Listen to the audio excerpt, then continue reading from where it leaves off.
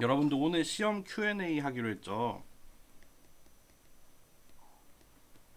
여러분들이 뭐 많이 물어보면은 뭐 많이 대답을 하고 뭐 궁금한 거 없으면은 그냥 바로 끝낼 수 있는 그런 겁니다. 일단 시험 문제는 다 내긴 했거든요. 아 이거 필기가 안 나오네. 잠시만요.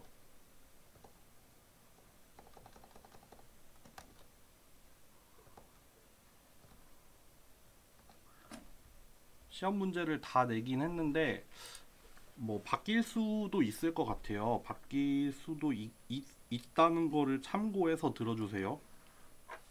질문 있으신 분은 채팅이나 뭐 여기다 남겨놓으세요. 저는 일단 시험 전반적으로 대충 설명을 해드릴게요. 일단 90점 만점이라고 했죠. 90점 만점이라기보다는 90점 시험에서 나오고 여기에 10점은 카메라입니다. 해서 100점 만점입니다. 아시겠죠? 카메라가 배점이 가장 높은 문제라고 생각을 하시면 돼요.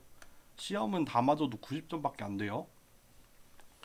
문제는 객관식이 조금 있고 이제 단답형이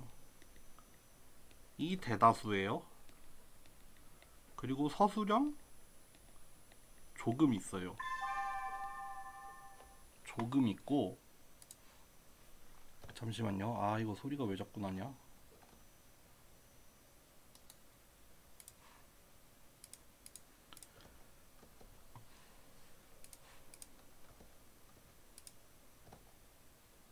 그리고 여러분들 객관식이랑 단답형은 이거는 부분 점수가 없습니다. 딱 제가 원하는 답을 한 경우에만 맞고 아니면은 틀리는 거예요. 이게 좀 수강생이 많아가지고 서술형의 비율을 늘리기가 좀 그렇더라고요. 채점하기가 너무 어려워질 것 같아서 조금 더 자세하게 말씀을 드릴까요? 아니면 뭐 요 정도면 되나요? 뭐 문제 구성 같은 거, 문제 개수, 배점 이런 거 좀 말씀을 드릴까요? 아니면 그냥 질문하실래요?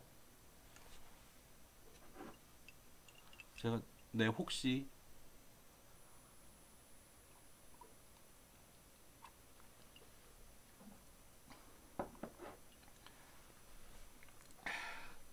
작년 기출보다는 어렵습니다. 어려운데 왜냐하면은 작년에는 클로즈드 북이었어요. 작년에는 클로즈드 북이었고 그래서 좀 약간 서술형 위주로 많이 물어봤어요. 좀 많이 잘 제대로 이해를 했나 이런 거라면은 올해는 여러분들 오픈북이에요. 그러니까 오픈북이라는 걸 좀 고려를 해서 냈고 어떤 개념을 설명을 하는 게 좀 작년에 많았다면은 올해는 그것보다는 좀 직접 하는 게 많아요. 직접 계산까지는 아닌데 잠시만요.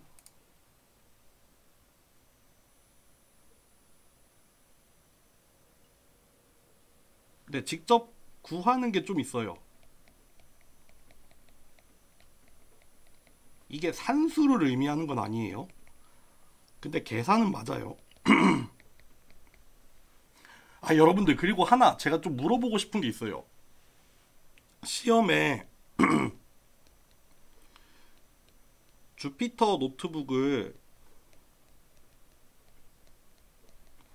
사용 포함할까요? 하지 말까요? 그러니까 주피터 노트북을 써야 풀 수 있는 문제를 낼까요? 말까요? 이거는 좀 여러분들에게 물어봐야 될 것 같아서.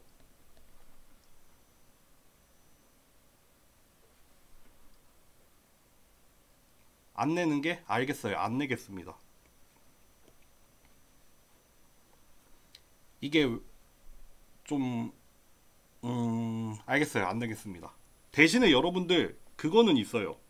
이거를 참고하세요. 이거 진짜 중요합니다, 여러분들. 손 코딩이 있습니다.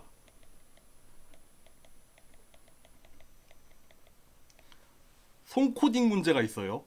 주피터 노트북으로 직접 코딩해야 되는 문제는 아니에요. 아닌데 여러분들이 그거 있어요. 네, 있어요. 지금 정현 씨가 얘기한 거. 편의상 사용하는 거 금지할게요. 주피터 노트북 완전 금지할게요.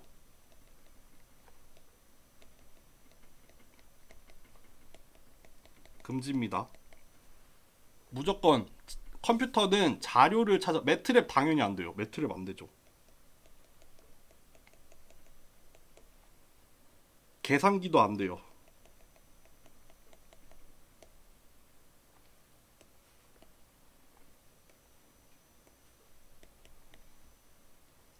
이렇게 합시다. 실행시켜보고 수기로 적어서 제출할 만한 문제가 없습니다. 그러니까 안 됩니다.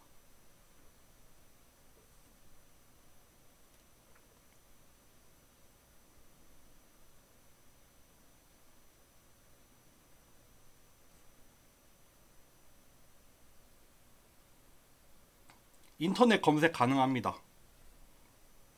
이걸 좀 정리를 할게요.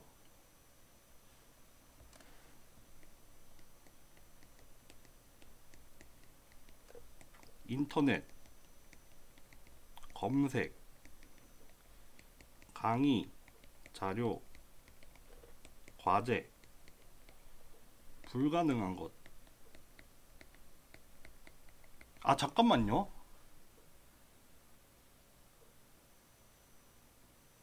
주피터 노트북을 사용해서 푸는 문제 없어요. 없습니다.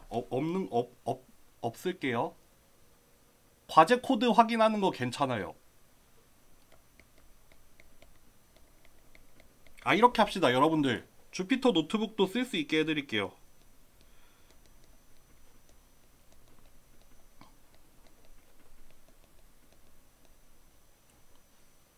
주피터 노트북 실행해봐도 돼요. 손코딩하는 문제가 있는데 그거를 뭐 굳이 본인이 주피터 노트북을 돌려보겠다라고 하면 말리지는 않을게요. 근데 확실히 말하지만 그럴 필요는 없는 문제입니다. 불가능한 거 매트랩. 근데 뭐 매트랩 쓸 일 없을 것 같아요. 계산기. 채팅 안 됩니다. 채팅 절대 안 됩니다.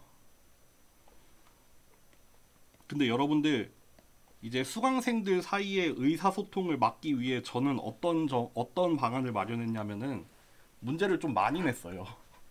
문제를 푸는 시간이 조금 오래 걸릴, 아주 많이 낸 건 아닌데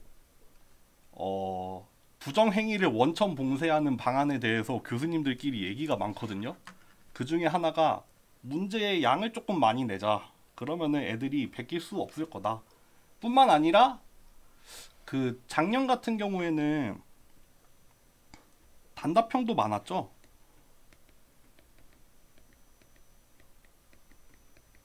근데 단답형을 좀 줄였어요. 단답형이래. 객관식.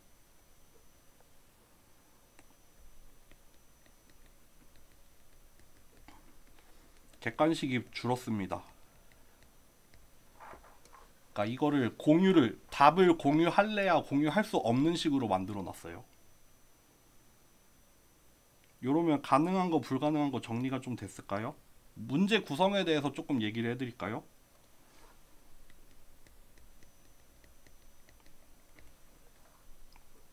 다음 페이지에다가 쓸게요. 여러분들 수업 내용에 대해서 질문을 하셔도 되는데 뭐 굳이 궁금한 게 없나 봐요. 문제 구성을 얘기를 하고 있을게요. 질문 올려놓으세요.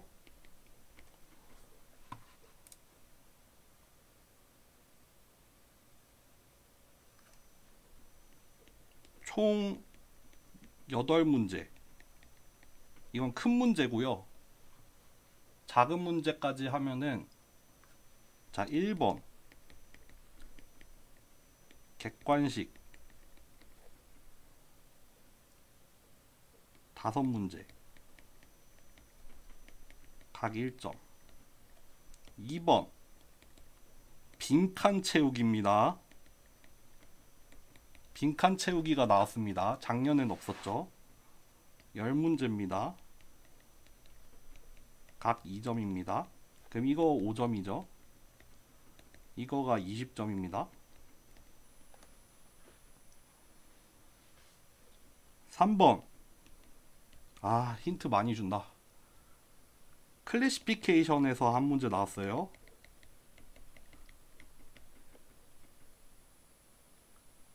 손코딩입니다. 세 문제로 돼 있고요. 총 13점이네요. 4번 리그레션입니다. 네 문제고요.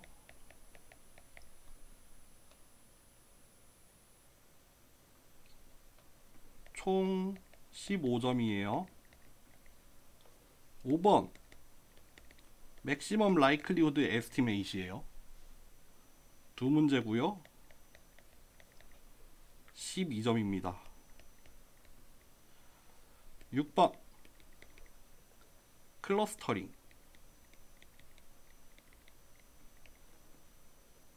두 문제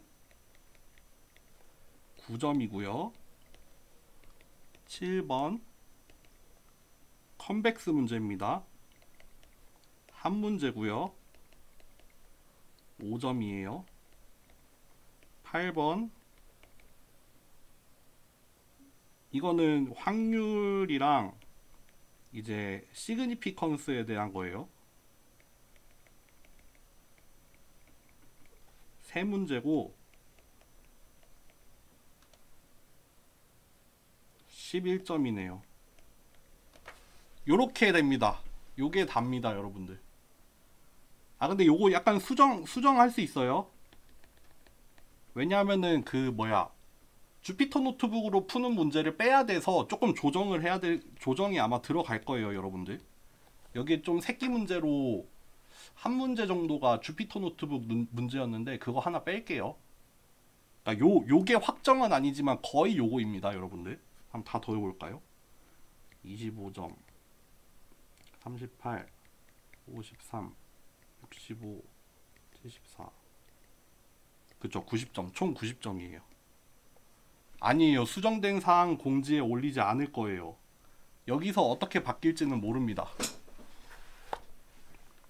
근데 거의 이렇게 될 겁니다.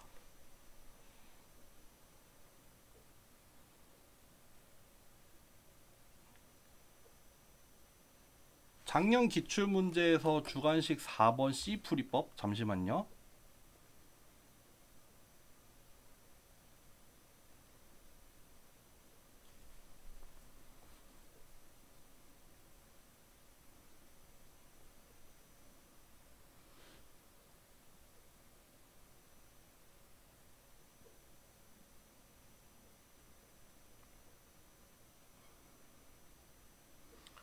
요게 작년 기출이죠.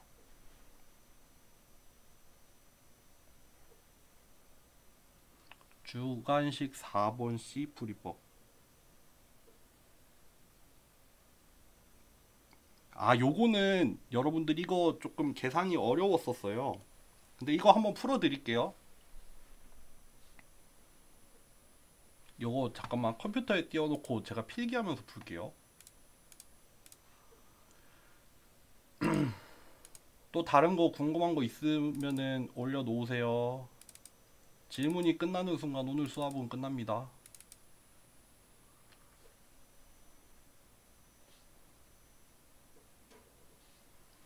작년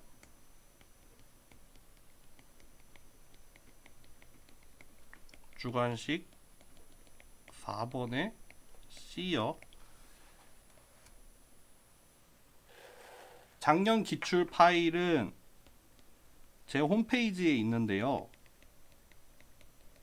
이 클래스에도 올려드릴게요.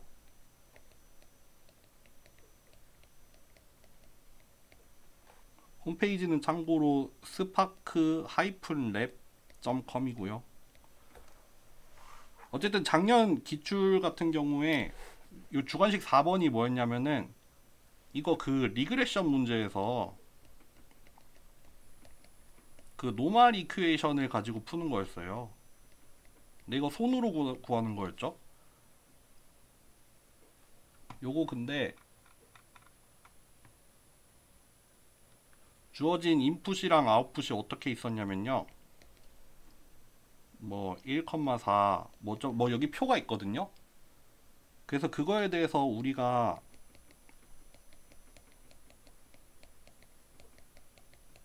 요렇게 하는 클로즈드 폼 솔루션을 구하려면은 얘를 우리가 디자인 매트릭스라고 하잖아요.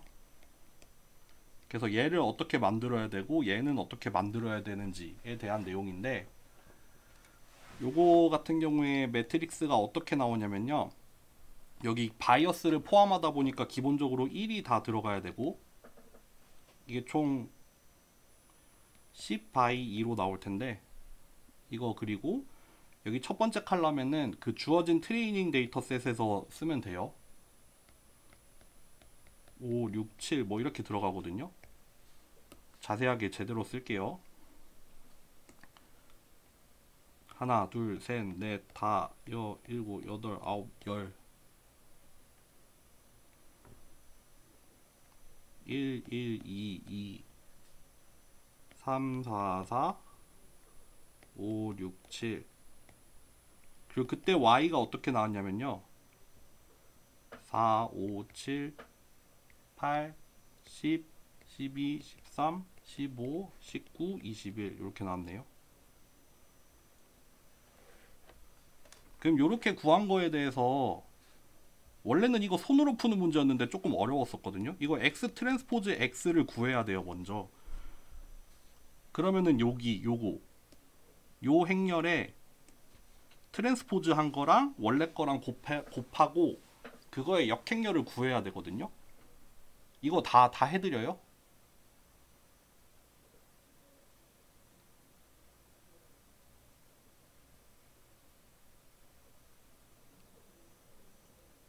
다 할까요? 아니면 여기까지만 할까요? 어쨌든 요 X 매트릭스의 트랜스포즈 하면 요렇게 나오고, 요렇게 하면은 2x2 행렬이 나와요.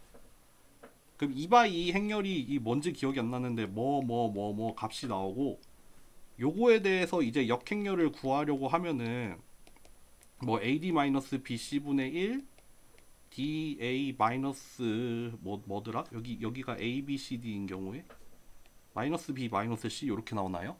근데 그때 구했을 때 AD 마이너스 BC가 385가 나오거든요. 요거 행렬 구해보면은.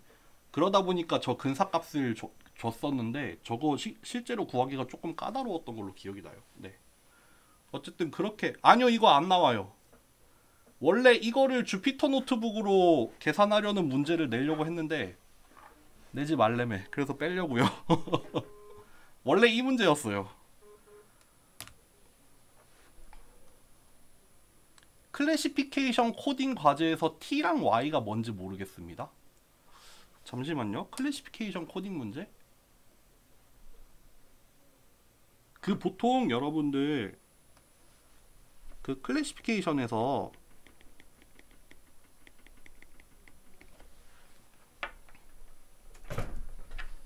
결국 T라는 값은 타겟이라는 값이죠. 타겟이어서 T라고 한 거고, 뭐 얘가 그 우리가 약속을 어떻게 하느냐에 따라서 다른데, 얘가 뭐 0 또는 1이라는 값을 가질 수도 있고 뭐 마이너스 1 또는 1이라는 값을 가질 수도 있죠. 보통 정수로 나와요, 타겟 값은. 그래서 뭐 0이다 아니면 마이너스 1이다 이러면은 뭐 클래스 뭐 0번 클래스에 속하고, 뭐 요런 값일 때는 뭐 1번 클래스에 속한다. 이런 식으로 약속을 한 어떤 타겟 밸류죠. Y 같은 경우에는 뭐 아웃풋이라고 생각을 하면 되는데, 우리가 리그레션 문제에서는 얘가 그냥 실수로 나오잖아요. 리그레션인 경우에는. 그쵸? 근데 이거를 이제 요거를 그냥 다이렉트로 정수가 나오는 식으로 리그레션을 할 수도 있죠. 그러니까 얘가 타겟 밸류가 나오도록 하는 리그레션을 할 수도 있고, 아니면 이렇게 나온 실수에 대해서 뭐 로지스틱 펑션 같은 거를 거쳐서 얘를 0에서 1 사이의 어떤 값으로 만들고, 그게 이제 뭐 0보다 크냐 작냐를 가지고 우리가 판별을 할 수 있고, 그런 식이잖아요. 그러니까 T랑 Y의 차이는 그런 거죠. t라는 거는 그 딱 디스크리트하게 정해져 있는 어떤 타겟 밸류고, y라는 값은 우리가 쓰는 방법에 따라 좀 다르죠. 이게 뭐 마이너스 무한대에서 무한대까지의 정수일 수도 있고, 아니면 0에서 1 사이의 정수일 수도 있고, 어쨌든 그렇게 나온 아웃풋 값을 가지고 어떤 기준치를 정해놓고 우리가 이제 클래스 0이다, 클래스 1이다 이런 걸 판별을 하는 거죠. 네.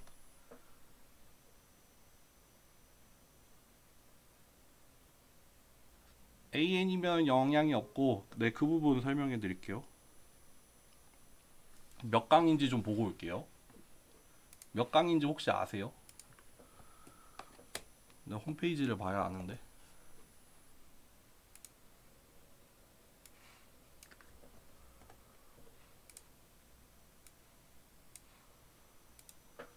봅시다.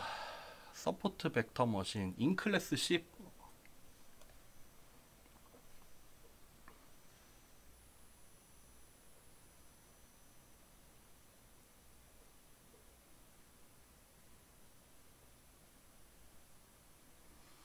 어디에 몇 페이지인지 혹시 알아요? 몇 페이지에 나와요? 뭐 요런 데서 나올 텐데. 그쵸? 여기 보세요. 여기다가 쓸게요. 잠시만요. 서포트 벡터 머신은 일단 리니어 클래시피케이션을 쓰죠. 리니어 클래시피케이션 모델에다가 여기에 컨벡스 옵티미제이션을 적용을 하는 거예요. 뭐 맥시멈 마진이라는 어떤 최적화의 개념을 가져오잖아요. 그래서 서포트 벡터 머신 자체는 일단 이렇게 생겼잖아요. 뭐 W 트랜스포즈에 X 뭐 더하기, 이 당시에는 노테이션을 B를 썼던 것 같거든요. 그런데 이 컨벡스 옵티미제이션이라는 문제를 풀어서 나오는 이 W가 어떻게 생기냐면은, 그러니까 W의 솔루션이죠. 해가 되죠. 얘가 이제 요런 식이라는 거죠. AN, TN, 뭐 XN. 우리 지금 인풋 피처 P는 일단 고려하지 않고 그냥 쓸게요.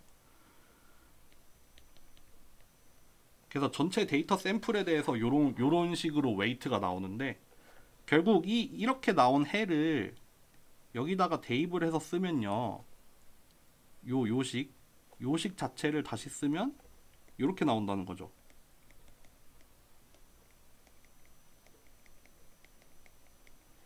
이렇게 나오죠. 뭐 B는 일단 차치하고 이렇게 생겼다고 합시다. 근데 그 당시에 이 컨벡스 옵티미제이션에서 AN이라는 상수가 튀어나와요. 얘가 뭐였냐면은 라그랑지 멀티플라이어라는 거였죠.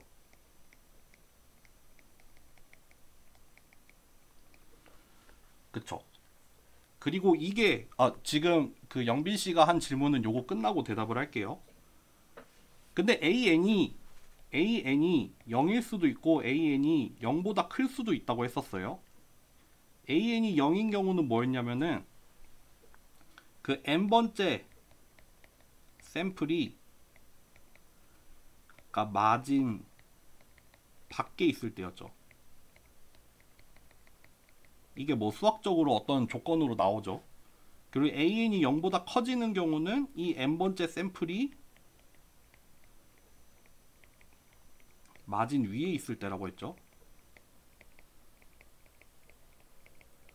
이게 사실 유도되는 구체적인 과정은 뭐 그 구체적인 과정 때문에 우리의 수업이 되게 어려워졌었죠. 왜냐하면 그 과정에서 컨벡스 옵티미제이션이라는 것도 들고 와야 되고, 뭐 듀얼 프로블럼도 설명을 해야 되고, 그거를 통해서 얻어지는 KKT 컨디션이 되게 주요했었잖아요. 그래서 뭐 라그랑지 멀티플라이어가 0보다 크거나 같다는 조건이 있는데, 그게 이제 그 컴플멘터리 슬랙니스라고 기억나세요? KKT 컨디션 중에 하나인데, 그 무슨 이니퀄리티 컨스트레인트에 대해서 이니퀄리티 컨스트레인트랑 그거에 대한 라그랑지 멀티플라이어에 대해서 둘 중에 하나가 0이 되어야 된다는 조건이었어요. 그거를 풀어서 쓴 게 결국 이렇게 정리가 된다고 했죠. 그러니까 여기가 이니퀄리티 컨스트레인트에 해당하는 부분이고 여기가 그거에 대한 라그랑지 멀티플라이어에 대한 내용이고 요 두 개의 곱이 0이 된다는 조건이 KKT 컨디션에서 오죠. KKT 컨디션 중에 컴플멘터리 슬랙니스에서 오죠. 어쨌든 그러면은 마진 밖에 있는 경우에는 AN이 0으로 나온다고 했어요. 마진 밖에. 그러니까 안전한 공간에 있는 경우에는 AN이 0으로 나와요. 그럼 AN이 0이다 라고 하면은 여기가 0이 된다는 소리잖아요.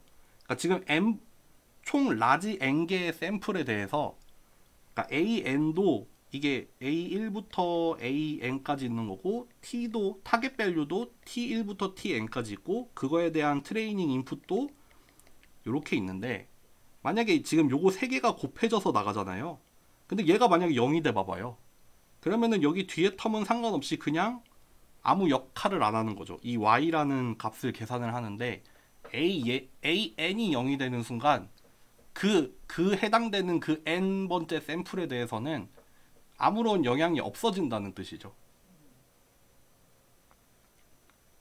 그러니까 결국 여기 나왔던 이 썸메이션은 요런 썸메이션이 있었잖아요. 이거는 결국 풀었으면은 AN이 0이 아닌 애들에 대해서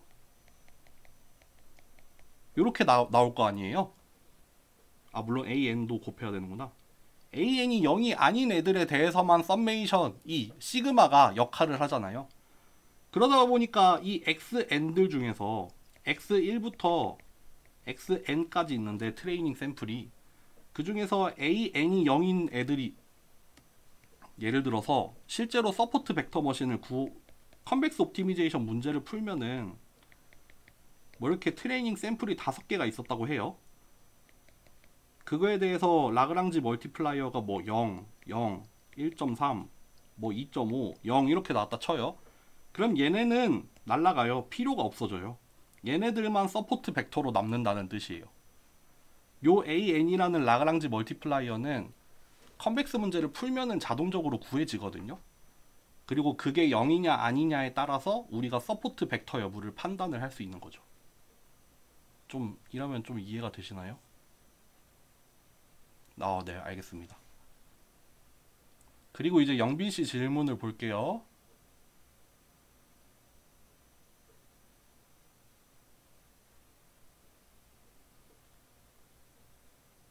거기서 T랑 Y가 좀 달라진 거는 제 생각에 그냥 노테이션 차이인 것 같은데.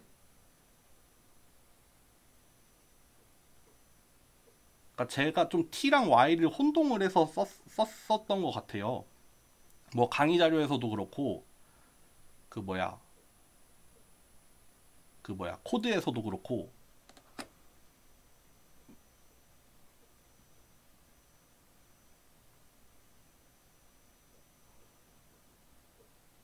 혹시 호목 숙제 4번의 예제 코드를 말하는 건가요? 제가 그거 확인해보고 틀린 게 있으면은 제가 정정을 해서 올릴게요.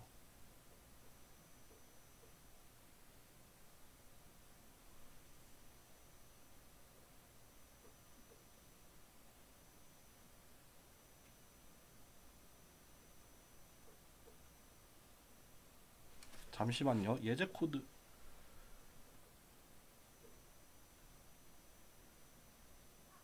아마 그랬을 것 같은데 지금 예제 코드 한 번만 확인해보고 올게요. 화면 공유는 안 하고 저 혼자만 잠깐 확인하고 올게요. 4번의 솔루션.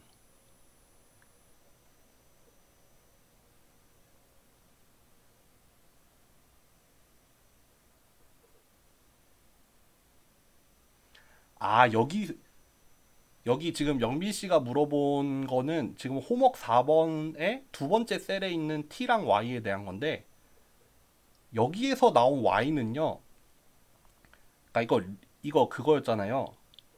그 리니어 클래시피케이션을 클로즈드 폼으로 구하는 거였잖아요. 리스트 스퀘어로. 그 경우에는 그 원 오브 K 코딩을 써야 돼요. 그러니까 지금 영빈 씨가 물어보는 이 부분은 T라는 애는 이렇게 0 아니면 1로 이렇게 이루어져 있는 그냥 일종의 벡터예요. 벡터인데 얘를 리스트 스퀘어로 적용을 하려면은 뭐 그거를 t라고 해도 되고 y라고 해도 되고 사실 상관은 없어요. 중요한 건 뭐냐면 얘의 형태를 바꿔야 돼요. 그러니까 0인 부분에 대해서는 이렇게 원 오브 K 코딩이라고 혹시 원 오브 K 코딩이라고 해서 이거를 뭐 예를 들어서 얘가 n 바이 1의 벡터로 표현을 했다면은 이거는 n 바이 k의 행렬로 표시를 하는 거예요. 그래서 뭐 얘가 0일 때는 여기 0인 부분에 대해서는 1, 0이 나오고 여기 1인 부분에 대해서는 0, 1. 그러니까 예를 들어서 여기 첫 번째 줄에 대해서는 그러니까 얘가 0이냐 0에 속하냐 아니냐. 다 다른 예시로 얘기를 해볼게요. 요거 말고 좀 더 좋은 예시로 해볼게요. 예를 들어서 얘가 0 또는 1 또는 2가 들어있는 어떤 벡터라고 해봅시다. 그러니까 이게 결국 그 n번째 샘플이 몇 번째 클래스에 속하냐고 얘는 3 클래스가 되죠. 그쵸? 0, 1 아니면 2니까요. 근데 얘를 원 오브 K 코딩으로 바꾸면 여기 첫 번째 줄에는 뭐가 들어가냐면은 얘가 0번 클래스냐 아니냐를 바이너리로 그냥 표현을 하는 거예요. 그쵸? 그러니까 요 부분에 대해서 요게 나온 거고 요게 아닌 부분에 대해서는 다 0으로 이렇게 처리를 하는 거예요. 마찬가지로 두 번째 줄에서는 이제 1이냐 아니냐를 바이너리로 표현을 하는 거고 마찬가지로 세 번째 줄에 대해서는 이제 2냐 아니냐를 바이너리로 표현을 하는 거죠. 이렇게. 그러면은 요 각각의 줄을 보면은 항상 1이 한 번만 등장하는 식으로 표현이 되죠. 그쵸? 그리고 요거를 만약에 세로로 봤을 때는 지금 해당 샘플이 그 해당 줄에 속하는 클래스냐 아니냐 그런 거란 말이죠. 그래서 그 리스트 스퀘어 그 숙제의 그 해당 셀을 푸는 경우에는 요런 식으로 만들어 줘야 돼요. 아웃풋을 요런 식으로 만들어 주고 이렇게 만들어 놓은 뭐 지금 같은 경우에는 제가 예제 코드에서 y라고 했는데 요렇게 y를 만든 다음에 그거에 대해서 이렇게 노멀 이퀘이션을 적용을 해야 우리가 원하는 세타가 얻어져요. 요거를 넣으면은 요렇게 적절한 애가 나오지 않는다는 말이죠. 요렇게 원 오브 K 코딩으로 만들어서 넣어야 된다는 뜻이었어요. 네, 이해됐어요? 네, 알겠습니다. 이제 그러면 이망민 씨의 질문으로 넘어가겠습니다. 인클래스 6번 리그레션에서 틸다의 정확한 의미. 인클래스 6번이 혹시 몇 번째 페이지예요?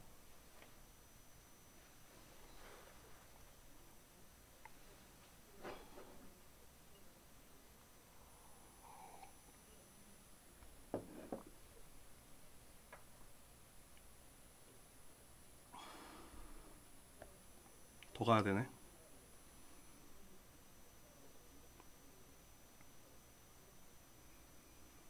여기 틸다는요. 아까 그 우리 디자인 매트릭스 한번 했었는데 그거를 설명을 할게요.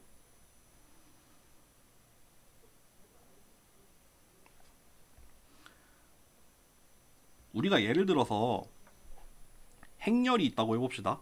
1, 2, 3, 4, 5, 6이라는 행렬이 있다고 쳐요. x라는 행렬이 있어요.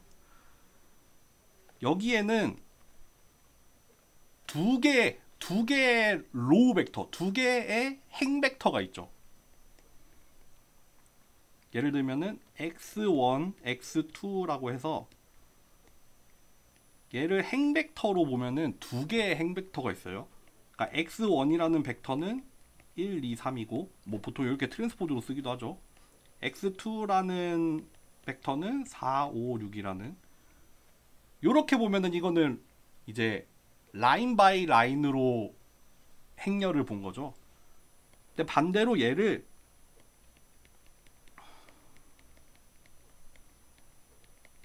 이렇게 세 개의 컬럼 벡터로 볼 수도 있죠. 이런 경우에는 x1은 1, 4, x2는 2, 5, x3는 3, 6이라는 이제 세 개의 컬럼 벡터, 각각의 사이즈는 이제 2x1인 요렇게 두 가지로 볼 수 있잖아요. 요런 얘기를 몇 번 했던 것 같은데, 그러니까 행렬을 행 바이 행으로 볼 수도 있고 열 바이 열로도 볼 수 있어요. 요거까지 이해되셨죠? 우리 아까 디자인 매트릭스를 하나 만들었던 거 기억나요? 디자인 매트릭스를 만드는데 아까 첫 번째 줄에는 바이어스 텀이 있어서 다 1을 넣었었고, 이제 두 번째 컬럼에는 이제 그 트레이닝 샘플에 뭐 예를 들어서 1, 2, 3, 4, 뭐 5, 6, 7, 8 뭐 요런 게 들어갈 수 있겠죠. 요런 디자인 매트릭스를 이제 행으로 보면요, 그러니까 요렇게 보면은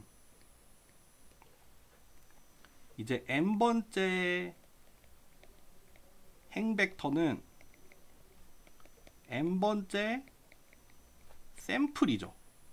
그쵸? 요게 첫 번째 샘플이잖아요. 첫 번째 샘플의 바이어스 텀과 이제 x의 1승 텀, 두 번째 샘플의 바이어스 텀과 이제 두 번째 샘플 값, 세 번째 샘플의 바이어스 텀, 그때의 샘플 값, 요렇게 볼 수 있죠. 이거를 열 바이 열로 보면은 뭐냐면요,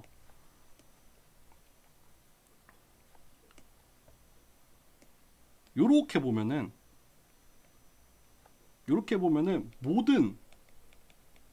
모든 샘플의 이제 D번째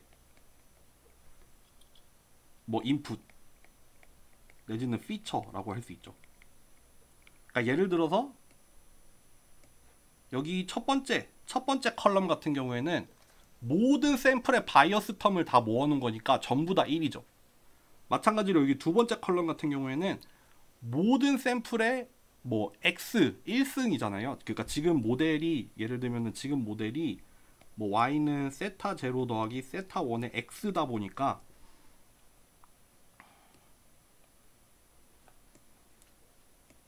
여기 첫 번째 컬럼에는 여기에 곱해지는 모든 값들이 다 있는 거고, 여기에는 얘네들이 다 모여 있는 거죠. 그쵸? 그러니까 여기에 이제 세타가 곱해져 나가면은 y가 되는 거였잖아요. 뭐 그런 식으로 그겁니다. 그거를 표현을 한 거예요. 그래서 아까 그 강의 자료를 다시 돌아가 보면은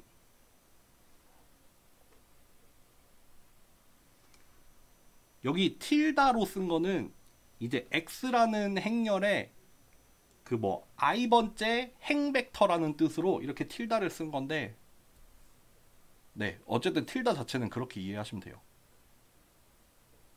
그리고 얘가 이제 first sample이라는 것도 아시겠죠? 네. 또 뭐야? 이제 넘어갈게요. emoji 파이썬 실습에서 멀티베리에이트 노말. 맞아요. 예지 씨가 잘 표현을 한 것 같은데,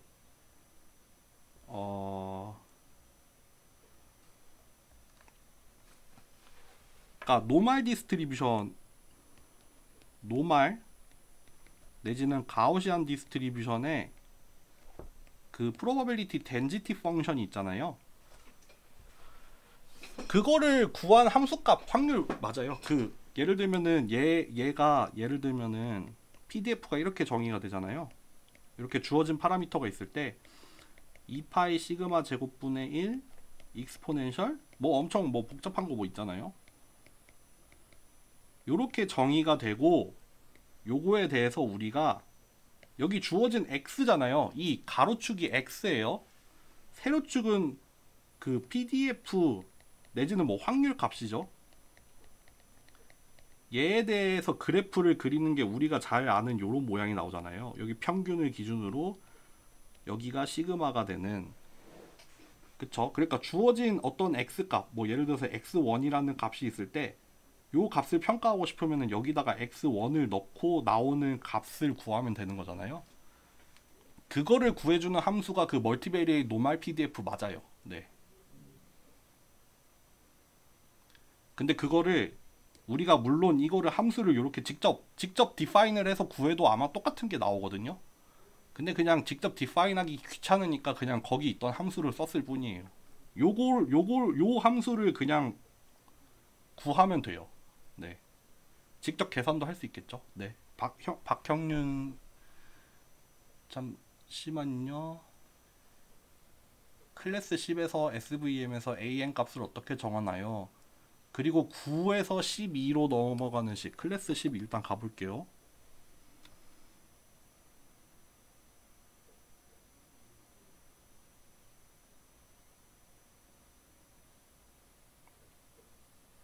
(9에서) 12로 넘어가는 거죠.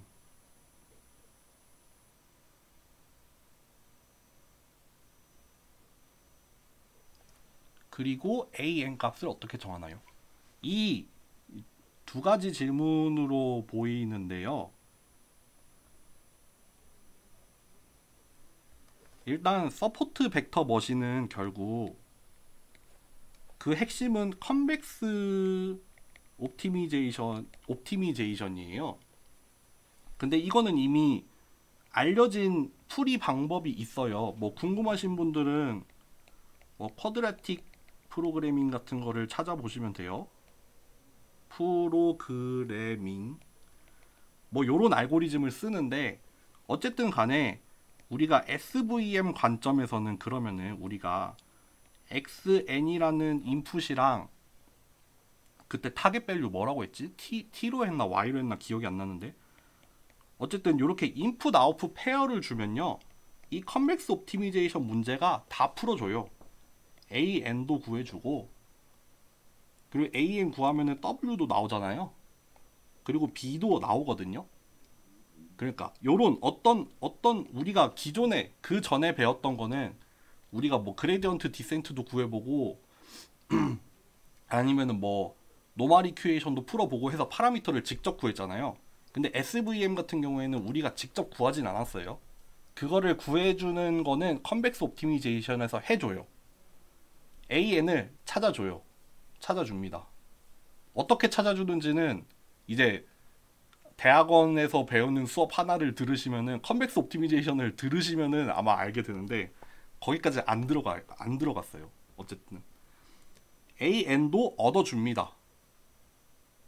그 학습하는 그 방법을 쓰면은 AN도 얻어집니다. 그거는 그렇고 두 번째 질문으로는 9번식에서 12번식으로 어떻게 넘어가냐고 했는데 그 9번식에서 라그랑지 멀티플라이어를 정의를 했잖아요. 뭐였지? 클래스 10이었구나. 잠깐만요. 클래스 10 어딨지? 클래스 10 여기 있다. 이렇게 9번에서 라그랑지 멀티플라이어래. 라그랑지 펑션을 정했잖아요. 그거를 미분을 했어요. 아이고 어디 갔냐? 잠시만요. 요거를 이렇게 이동을 해와야지. 요것도 되나? 안 되네. 잠시만요. 제가 좀 미숙해서.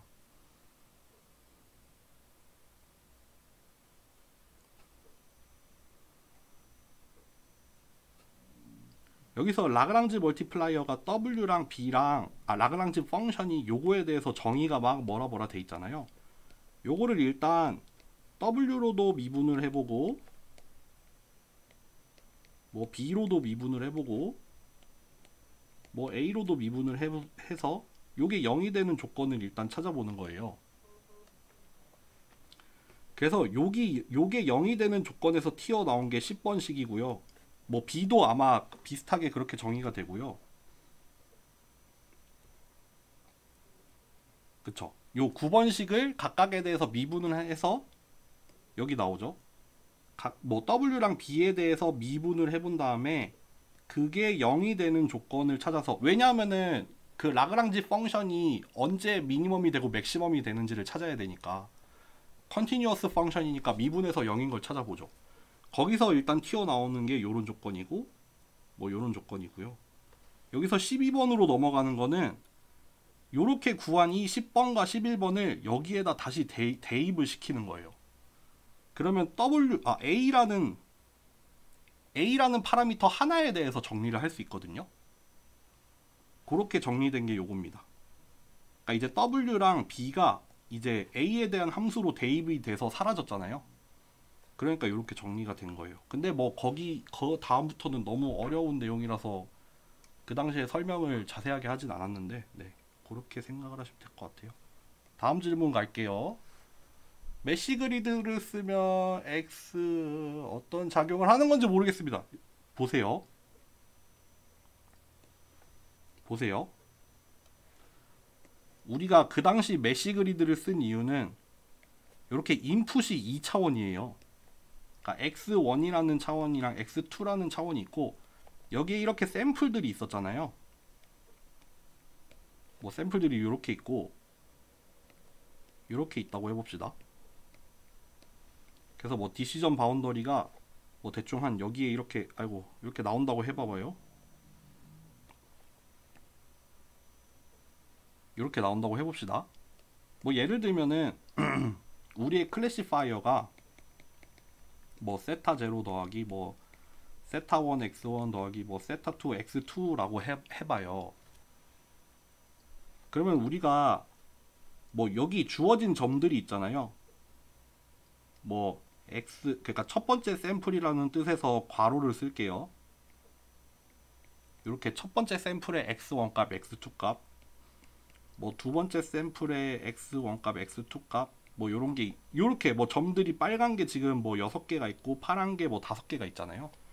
그럼 각각의 점들에서 얘를 구할 수도 있지만 우리는 그게 아니라, 그러니까 예를 들면은 여기 지금 점이 특정이 되니 11개의 위치에서만 구할 게 아니라 여기 이 전 영역 있잖아요. 여기 이 전체 영역에서 이 함수를 다 구해보고 싶은 거예요. 다 구해보고 싶으니까 얘를 단순히 여기 주어진 점들 뿐만 아니라 이거를 격자로 쪼개는 거예요. 이렇게 다 격자로 쪼개서, 그러면 예를 들어서 여기 점 하나, 여기도 점 하나, 점 하나, 점 하나. 만약에 100 x 100으로 쪼개면은 10,000개의 점이 나올 거 아니에요.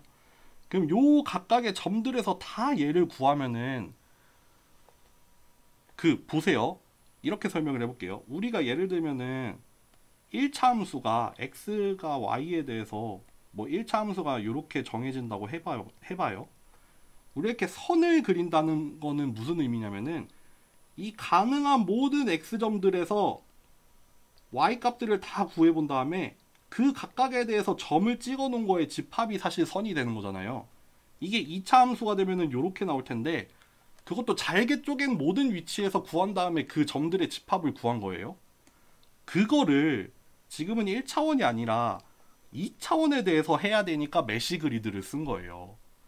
이게 1차원이면은 한 방향으로만 잘게 쪼개면 되는데 2차원이니까 바둑판을 깔아야 돼요. 그러니까 메쉬 그리드를 써서 XX1, 그 당시 과제에서 XX1, XX2라고, XX1도 그러니까 XX1이라는 거는 행렬인데 여기에는 X1 값만 들어있어요. X2도 마찬가지로 행렬인데 여기는 X2의 값만 들어있는 행렬이었어요. 그러니까 바둑판이에요, 바둑판. 그래서 이제 XX1의 ij번째 값이랑 XX2의 ij번째 값을 들고 와서 요렇게 구해야 되죠. 세타 0 더하기 세타 1. 왜냐면 얘는 x1 값이 들어있어요. 얘는 세타 2. 얘는 x2 값이 들어있어요. 요렇게 해서 구한 거예요. 그러다 보니까 요 결과도 행렬로 나올 거예요. 그 행렬을 이제 여기 이 2차원 공간상에서 여기 상에 그러면은 뭐 색깔로 표시를 할 수도 있고 아니면 등고선으로도 나올 수도 있고 아니면은 이렇게 3차원 플러스로도 그릴 수도 있죠. 그러니까 어쨌든 결국 결론은 그거예요. 모든 점들에서 전체 영역에서 우리의 함수를 구해 보려고 한 거였습니다.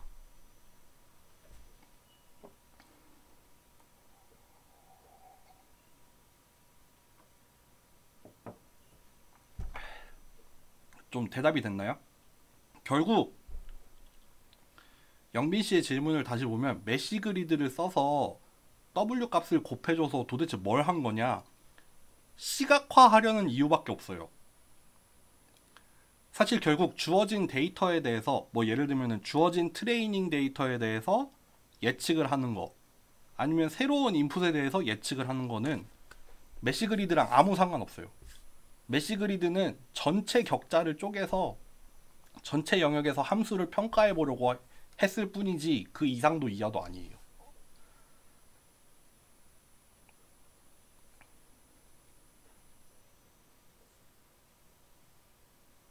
작년 중간고사 문제 2번의 I번을 보러 갈게요. 잠시만요. 2번의 I번.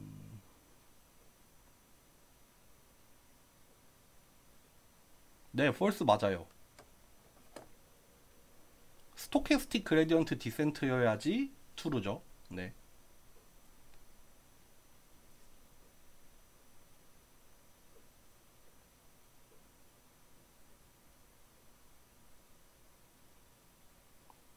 또 질문 있나요?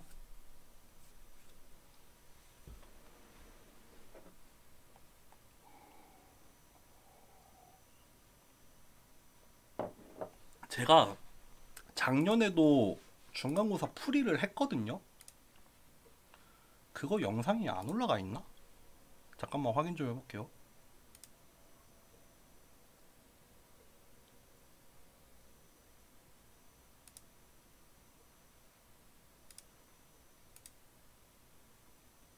아, 풀이는 안 올렸구나. 그쵸, 풀이는 안 올렸네.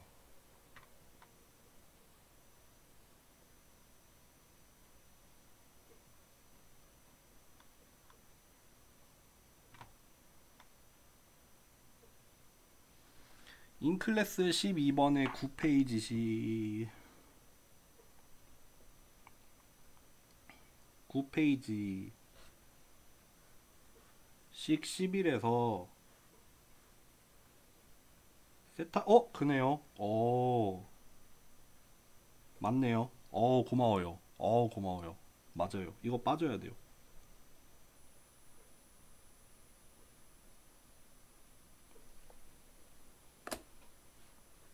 맞아요. 빠지는 게 맞아요.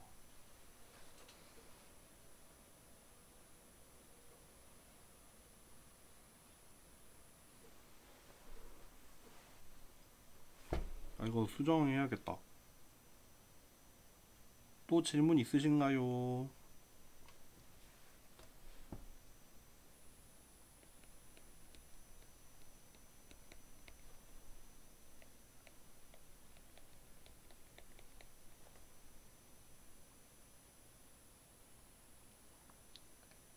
제가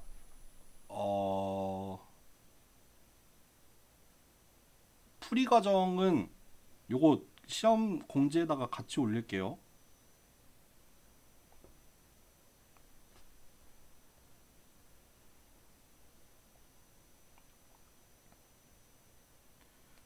단답형이더라도 풀이 과정은 써주세요.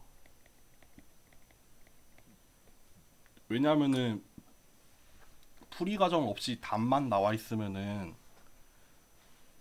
인정하기가 어렵겠죠?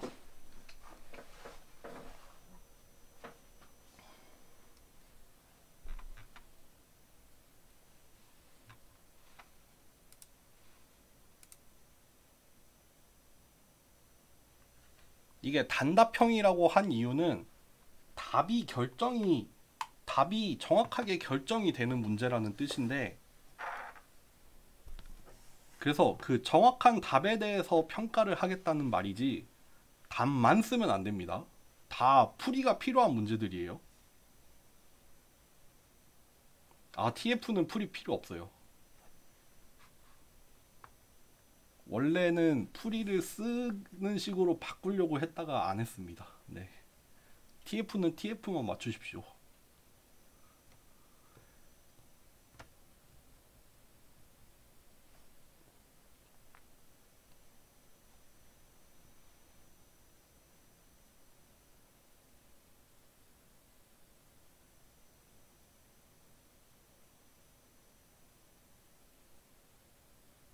SVM은 커널 머신 맞아요.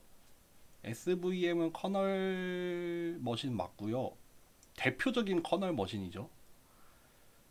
클러스터링은 인스턴스인지 모델 베이스드 러닝인지 헷갈리는데 이거 그때 그 강의를 봐야 할 것 같은데 저도 그렇게 물어보니까 잘 모르겠는데요.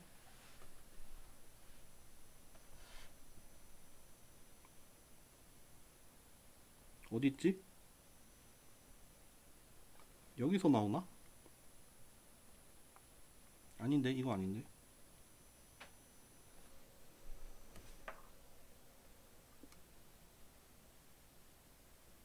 여기서 나오나?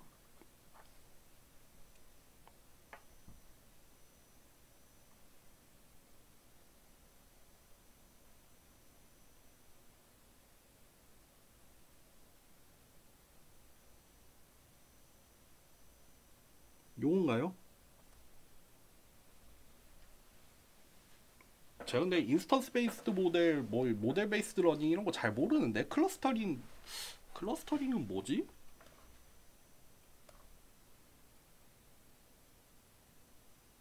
굳이 고르라면 모델 베이스일 것 같긴 한데 잘 모르겠어요. 근데 그런 거 잘 안 따질 것 같은데? 잠시만요. 한번 찾아볼까? 어쨌든 시험에는 안 나왔습니다. 확실한 건. 클러스터링은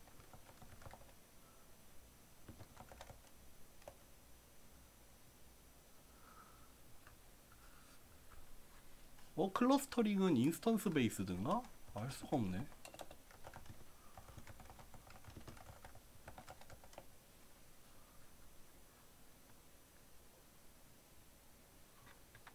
아, 또 질문 왔네요. 잠깐만요.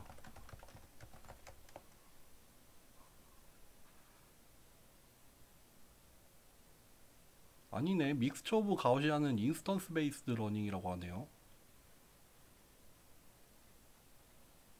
근데 잘 모르겠어요. 별로 그런 거 안 나눠도 될 것 같아요. 저도 W나 B를 구하는 거는 모델 기반이라고도 말을 할 수 있을 것 같은데. 네.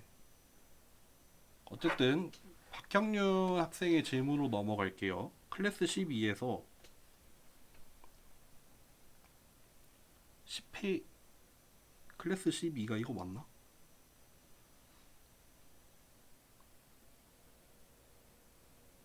십 페이지 말하는 거예요?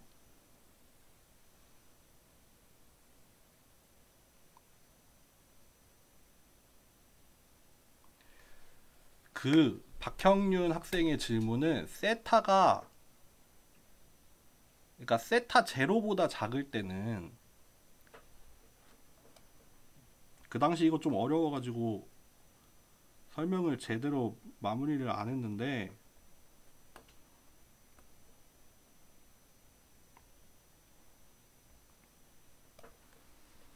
그때 라이클리후드 레이쇼가 어떻게 정의됐었냐면은 뭐였지? 노테이션이 기억이 안 나네. 잠시만요.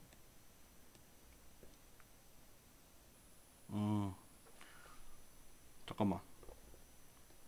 람다 x는 여기 수프리멈 같은 경우에는 그러니까 전체 영역이죠.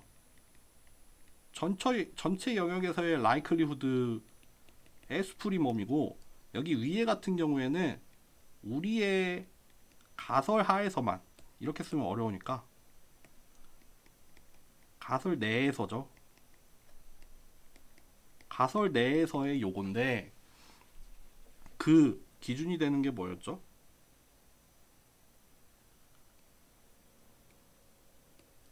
요건데 라이클리후드 함수가 그때 이렇게 된다고 했었어요. x바분의 1에서 최대가 될 뿐만 아니라 여기까지는 무조건 증가만 하고 여기서는 무조건 감소만 하는 형태라고 했었어요. 그래서 만약에 세타 제로가 여기 있는 경우라고 하면은 아 이거 전체 영역이 아니라 그거였나? 한 방향이었나? 잠깐만요. 헷갈린다.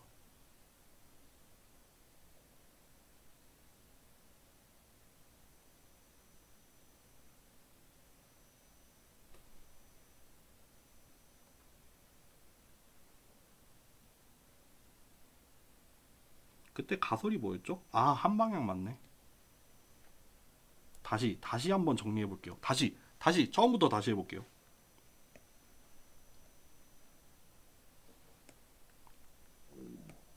요거는 그 당시 가설이 딱 세타 제로 하나일 때였어요. 세타 제로 하나. 분모는 세타 제로 하나고, 분자는 뭐냐면은 그냥 이렇게 써도 되죠. 세타가 세타 제로보다 큰 거 중에서 최대일 때 라는 뜻이었죠. 요렇게 정리가 되고, 다시 그래서 이 함수 자체를 일단 그려보면은 요렇게 나온다고 했었고, x 바분의 1이 기준이고, 여기서부터 또 했던 말이지만 증가하는 거고, 여기서부터 감소하는 거라고 했어요. 그래서 두 가지 경우를 나눴죠. 만약에 세타 제로가 이 동네에 있다고 하면은 결국 여기 분자는 요 값이고, 분모는 뭐냐면요, 얘보다 오른쪽에 있는 경우들 중에서 맥시멈이니까 여기죠. 그러니까 지금 어떤 경우를 했냐면은 x 바보다 세타 제로가 오른쪽에 있으면은 얘는 무조건 1이 나올 거예요. 왜냐면은 분자는 지금 파란색 자리고, 분모는 파란색 자리보다 오른쪽에 있는 값들 중에서 최대값이라고 했으니까 결국 다시 그 자리예요. 얘 같은 값이 나오겠죠. 그러니까 1이겠죠. 네.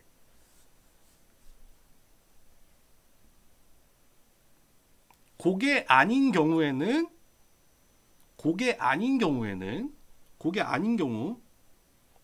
그래서 요게 두 가지 케이스로 지금 나눠서 구해지잖아요.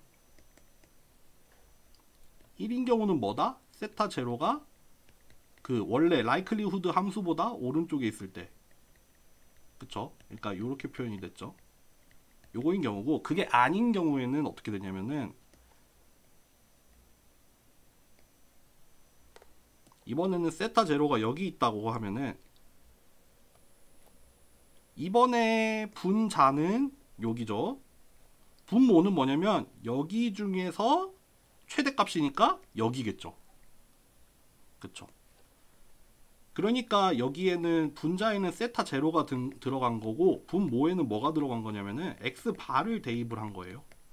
요거를 풀어 쓴 게 그 거기 강의 자료에 있는 뭐 막 엄청 어렵게 정리돼 있잖아요. 그게 결국 이거 정리한 거죠. 네. 요렇게 두 개의 케이스로 나눈다는 거였습니다. 요게 이제 좀 정리가 되네요.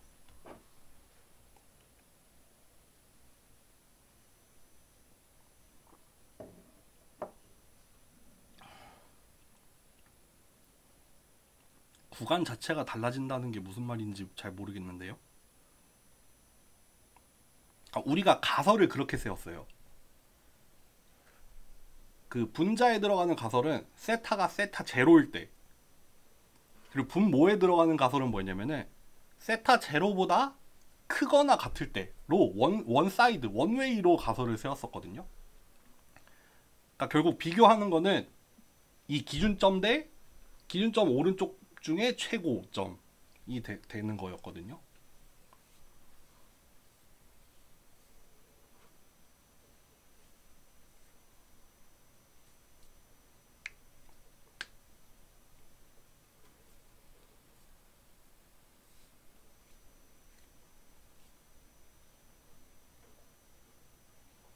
질문이 슬슬 없는 것 같으니까 정리를 조금씩 해볼게요, 여러분들.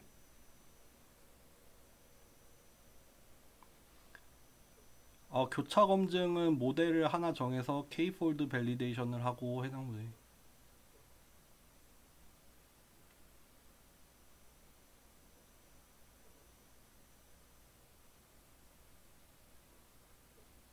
네. 보통 아주 가장 일반적으로 표현을 하면요, 그 전체 데이터셋이 있으면은, 전체 데이터셋이 있고 얘를 일단 두 단으로 쪼갠다고 했죠. 얘는 테스트용이고 얘는 크로스 밸리데이션용이고, 이제 얘를 뭐 쪼갠다고 했죠. 3폴드로 해봅시다. 그러면 이제 뭐 1번, 2번, 3번에 대해서 잠깐만. 1번, 2번, 3번에 대해서 이제 3번 진행을 하죠. 그러니까 1번, 2번으로 하고 3번으로 하고 뭐 1번, 3번으로 하고 2번 하고 2번, 3번을 하고 1번을 하고 요런 과정을 거치고 그 다음에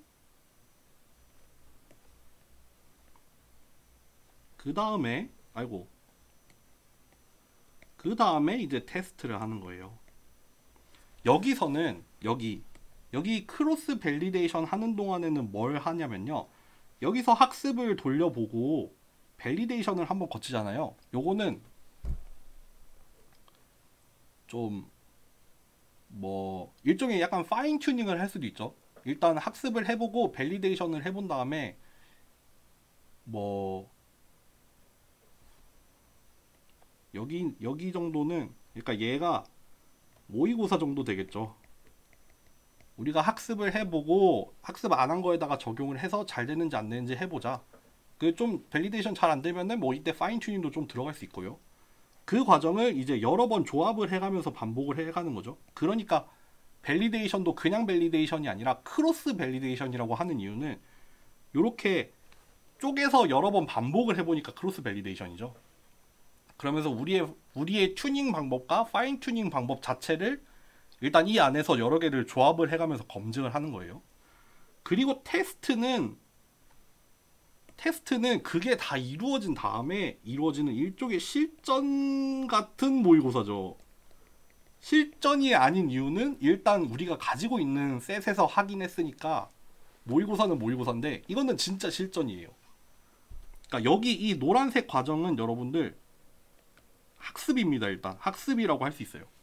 학습을 하되 이제 밸리데이션을 그 안에서 해본다는 의미이지 얘는 이제 완전히 학습이 끝났다는 의미가 아니에요.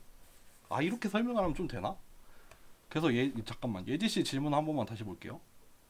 모델을 하나 정해서 모델과 학습하는 방법 그거를 가지고 있을 때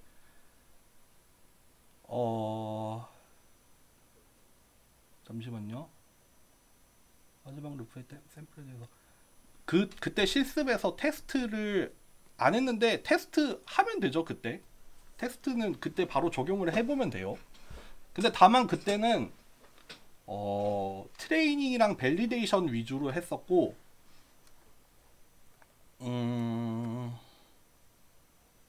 보통 이렇게 되죠. 예를 들면은 우리가 이 노란색 이 크로스 밸리데이션 하는 이 구간에서는 우리가 학습을 하면서 이런 것들을 보죠. 이제 뭐 여기에다가 코스트를 그리죠. 그래서 이렇게 학습을 하는 동안에는 이렇게 트레이닝에 대해서는 코스트가 잘 내려가고 또 마찬가지로 여기 밸리데이션이 있잖아요. 밸리데이션에 대해서도 코스트를 이렇게 그려봐요. 같이 이런 식으로 그려보면서 우리가 학습을 시켜보고 그리고 보통 여기서 이제 우리가 학습하는 방법을 이제 막 좀 조정을 하겠죠. 뭐 파라미터도 바꿔보고 아니면 뭐 파인 튜닝도 해보고 그러면서 이렇게 학습이 진행됨에 따라서 이제 막 이런 것도 판단을 하겠죠. 지금 트레이닝은 계속 일어나는데 밸리데이션이 이제 맛이 가기 시작한다. 이러면은 이제 학습을 할 만큼 했다라는 거를 판단을 하기도 하겠죠. 요쪽으로 가면 이제 오버피팅이잖아요. 왜냐면은 트레이닝은 진행이 되면 될수록 코스트가 낮아지긴 할 텐데 밸리데이션 같은 경우에는 우리가 학습에 쓰지 않은 데이터잖아요. 그거에 대해서 밸리데이션 검증을 해봤더니 이제 코스트가 증가를 하기 시작해. 그러면 이거 오버피팅이구나. 그럼 여기서 중단을 하겠죠. 중단을 하고 이제 테스트를 해보겠죠. 테스트는 완전 그 크로스 밸리데이션이랑 별개로 최종적으로 해보는 이제 마지막 테스트라고 생각을 하면 될 것 같아요. 네. 이해가 됐나요?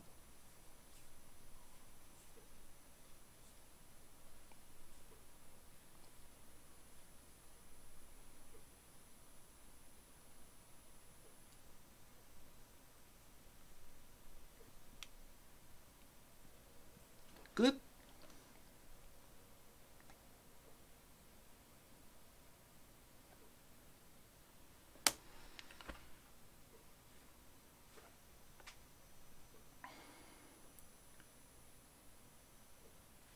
여러분들 카메라 준비 잘 해주시고요. 카메라 10점 들어갑니다. 그거 진짜 진짜 터프하게 볼 거예요. 그 채점 기준까지 아주 명확하게 명시를 했죠. 그리고 제가 좀 지난 학기보다 수강생이 되게 많아져가지고 솔직히 좀 걱정이 많아요. 비대면 시험을 보는데 일일이 다 보기가 좀 어려우니까 그거를 미연에서 방지할 수 있는 시험 문제를 내려고 고민을 많이 하고 있어요. 그래서 아마 작년 기출이랑은 되게 좀 물어보는 문제의 형태들이 좀 다를 거예요. 그거를 참고하시고, 잠깐만, 기출 문제는 이 클래스에 그러니까 업로드를 해 드릴게요. 요거랑 풀이 영상도 풀이 영상 올릴까? 풀이 영상은 공개는 안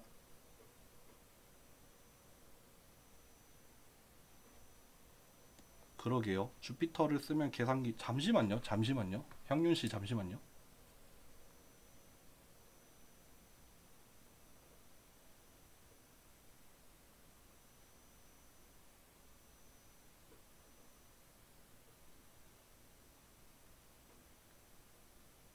근데 이거 사실 계산기가 있으나 없으나 상관없어요. 아, 나 매트랩을 쓴다고? 매트랩, 근데 매트랩 써서 얻을 수 있는 게 없는데, 여기. 주피터 노트북 실행이 지금 계속 걸리네. 잠시만요.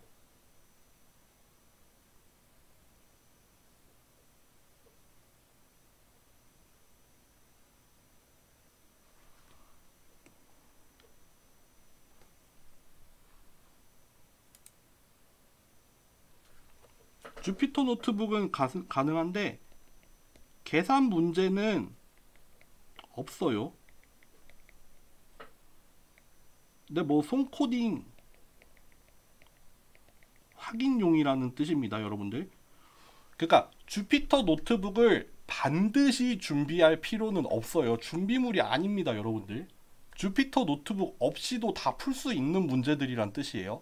다만 뭐 굳이 내가 주피터 노트북을 돌려서 확인을 해보고 싶다라고 하면은 그거를 허용은 하겠다는 뜻이에요.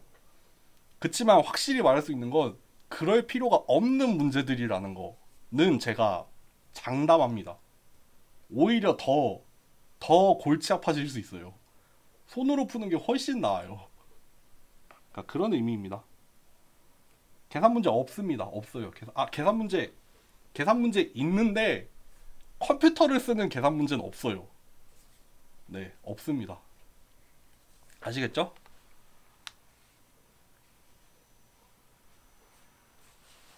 그 정도로 정리를 하면 될 것 같습니다.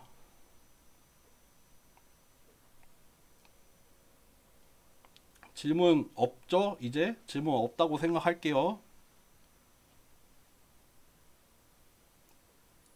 딱 10초만 기다릴게요.